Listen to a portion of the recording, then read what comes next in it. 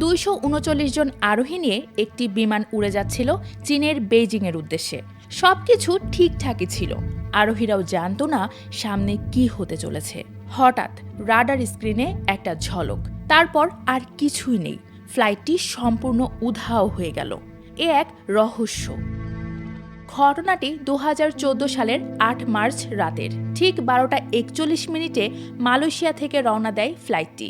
1 ঘন্টা পরে এটি রাডার থেকে অদৃশ্য হয়ে যায়। আশ্চর্যের বিষয় হলো, বিমানটি সম্পূর্ণ ভুল পথে গিয়ে দক্ষিণ ভারত মহাসাগরের গভীর অঞ্চলে হারিয়ে যায়, যেখানে সাধারণত কোনো বিমান যায় না। তবে এই ঘটনার 10 বছর পরেও এই ফ্লাইটটির কি হয়েছিল তার সঠিক কারণ জানা যায়নি। কেউ মনে করেন পাইলট ইচ্ছাকৃতভাবে বিমানটিকে ধ্বংস করেছেন।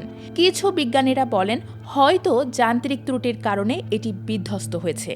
অনেকেই আবার এক ধাপ এগিয়ে বলেন এই ঘটনার সাথে এলিয়েনের যোগ আছে। বিমানটি নিখোঁজ হবার কয়েক মিনিট পর দক্ষিণ চীন সাগরের আকাশে উজ্জ্বল আলোর গোলক দেখা গেছে, যেটা নাকি অজানা উড়ন্ত এক বস্তু ছিল।